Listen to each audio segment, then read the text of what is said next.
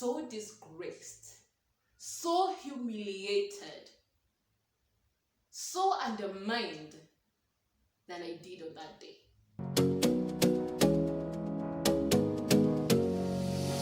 You got me singing, way oh, oh. You look like a guy who could treat me right. Way oh, oh. Boy, take a chance, will you let me ride? Way oh, oh. I could be the best thing in your life. Way oh. Welcome and welcome back to my channel. My name is Maureen Spears, but you can call me Mo. On today's video, I'm going to be heading out to town to go pick up my passport. It has been long overdue and the process has been tiring and interesting. I'm going to tell you the whole story in a bit, but today, you guys, you have been the highlight of my day. I have received so much support, so much love, so many new members, and I am just in awe and so happy and so elevated. I don't even know how to express myself right now, but thank you so much to all the new subscribers. I love you and I appreciate you, and I appreciate the love. Comment down below if you're new to this channel, and comment down below on what you're interested in seeing in this channel. I'll be happy to oblige. So right now, let's just head to town. This has been so long overdue. Head to town, go pick up that passport. I hope it's not too late, and then later on I'm going to do a whole story time on what happened, on what transpired for me to be getting this passport after 7 months. I know, crazy, but yeah, let's do this, baby. Let's go. Heaven just knows what it was. Will I go back to the place where I belong? Everyone could break my heart, but I try my best to not fall apart. And I find it hard to let go. The memories keep me together. Gotta fight till the end, no pressure, no pressure. And I find it.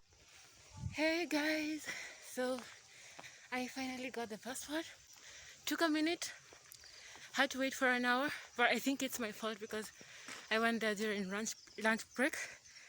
But I am happy, and let's go do that story time so that you can know why this is such a big deal for me.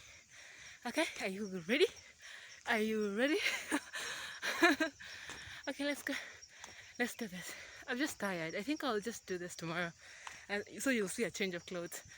But yeah, I'm just tired. It's been a long day because after coming from the immigration office, I went to meet a friend, then went to the market, to the whole thing. But I hope you're enjoying the video so far, and thank you all for all the support and the love and the amazing comments you guys are leaving on the videos. I appreciate it. Good morning, good afternoon, and good evening. I hope you're doing well, and welcome back to Lost Adventure. Yes, today we are going to be doing a sit down, but I promise you it's going to be worth it. First of all, before I get into the story, of which I know you're very much eager to hear, I wanted to say a very big thank you to you guys for helping us reach 2,300 subscribers. There is no greater honor than that. And right now we are looking to get to 5,000 subscribers, and I know we can do it. I am so grateful to the entire Lost to Adventure family, because I consider all my subscribers part of the bigger family, and I'm just so excited to see what we are going to get into together and get on this travel journey together. You guys, a little backstory before I get into the story. The idea of starting a travel channel started way back in January of 2020. And I thought about it, but then I was like, you know, to be honest, I really don't have the funds. Honestly, I don't even have a camera. I have no prospects of a job. Like, who am I lying to? Like, starting a travel channel, really? Honestly, how far can I go, you know? And for a minute, yeah, I listened to those negative thoughts, and yeah, I was like, okay, fine. Yeah, it doesn't really make sense, you know? And then fast forward 2 months later, I was like, okay, fine. Let me just try at least to go get a passport. That way, if ever the chance comes for me to travel, then I won't have so much trouble. So like, okay, fine. I'm going to go do that. Mind you, this channel started in 1st of September of 2020. So keep that in mind as I tell you the story. Okay, so on March 2020, I went online on the eCitizen. By the way, if you want to apply for a passport, you go to the eCitizen website, you create an account. If you're a Kenyan, you create an account, and you go now to the immigration where you can start now your application for a passport. So I did that. I created the whole account. I went to the eCitizen, the immigration portal, and I started on the application. I paid the fee, which was 4,550. I paid for it. I got the receipt, and everything was done. And all you had to do now is to make an appointment to go drop your application. So I did that. I tried to make an appointment, but the nearest point, like the nearest date to make that appointment was in May, which really honestly did not work for me. So but what a choice did I have? So I made the appointment in May and waited. I waited and waited and waited. I think in March, that is when now coronavirus started. Now, like, it really hit us that coronavirus is an actual serious thing. And I think that is when my parents decided, you know what, we really cannot stay in Nairobi right now. We need to move to the countryside because it was considered safer in the countryside because the number of people, like the population was less, so the degree of getting infected by coronavirus were much slimmer. And it was a good idea. So we moved to Embu for a minute because, hey, we're trying to avoid this coronavirus thing. So I remembered, wait, I had applied for an appointment in May at Nairobi Immigration Office. So like, okay, that's not gonna work. So I went back to the website and I changed, I tried to relocate the appointment to Embu because that's where we were going, to Embu so that I could be able to, go and drop the application. It really did not matter which office you dropped it anyway. So I changed, and the nearest date they were giving me was in June. So like, okay, really, should I really continue with this? But time to think a bit about it. I had already paid the 4,000 and it don't make sense for me to just abort plan right now. So I went with it. I made the appointment in June and I was like, okay, fine, let's wait for it. June came around. Didn't take long because this year just went by so fast and so crazily. I really did not understand. So June came around, and in June I was so excited that day. I got dressed up. I was looking good. I was going to go, drop my application for a passport, and I was just elated because in my mind I thought, okay, fine, this might be now my chance now to start getting out of the country, and I was excited about that. I was excited about travel. Gosh, I still am excited about travel. That has not changed. So June came about, and I went to the immigration office. Gosh, you guys, I have never felt so disgraced, so humiliated, so undermined than I did on that day. So we get there, and I am explaining to this lady that, okay, so I'm from Nairobi. I came to Embu because I had changed my appointment date, and they gave me the date in June to come in and drop my application. Then even before I could even explain myself, she went like, you're from Nairobi? You have coronavirus. Get away from me. Don't come close to me. Don't come close to me. I was shocked, to say the least. I was shocked because I thought this is supposed to be someone who is educated, someone who is learned, someone whose, mindset is just, obviously, you don't expect that kind of behavior from an immigration office, to be honest. And I remember their faces. Trust me. I hope to God and I pray to God that our paths never cross again, because I have never felt so bad in my life. They chased us away. I never even had that appointment. We had to go home, and I was so freaking out. I was mad. I was beyond myself. I was so mad. So I went back and I made an appointment. Again, I had to now change my appointment because now that was gone. So I tried to make another appointment, and the earliest date they could give me was August.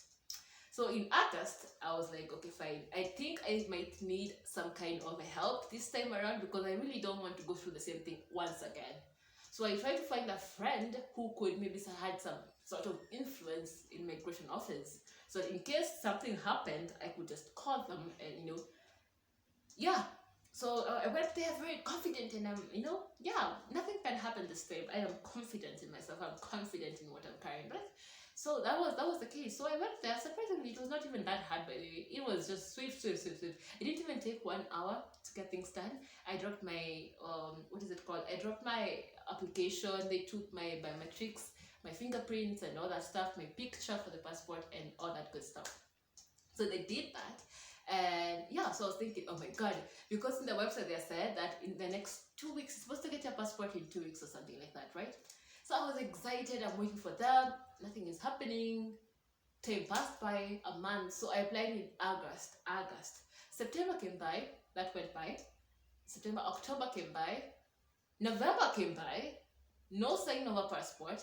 I checked the website on Facebook, and then they say there's a number that you can text, and then they will tell you whether or not your passport is ready or it's on the way or something like that. I texted, I had no reply. I was like, okay, fine. What the hell is going on? You know, what the actual fuck?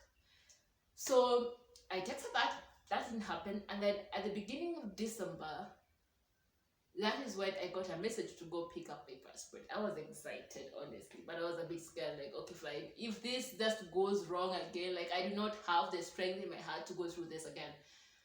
So in December came, but now I had already relocated to Nairobi, and it was just after what is it called? After I finished my school in my law school, I finished law school, and that is when I think Uma contacted me, and he was like, okay, I'm coming to Kenya and stuff like that. I was like, okay, fine, maybe I can just post that my trip to Embu for a minute or two.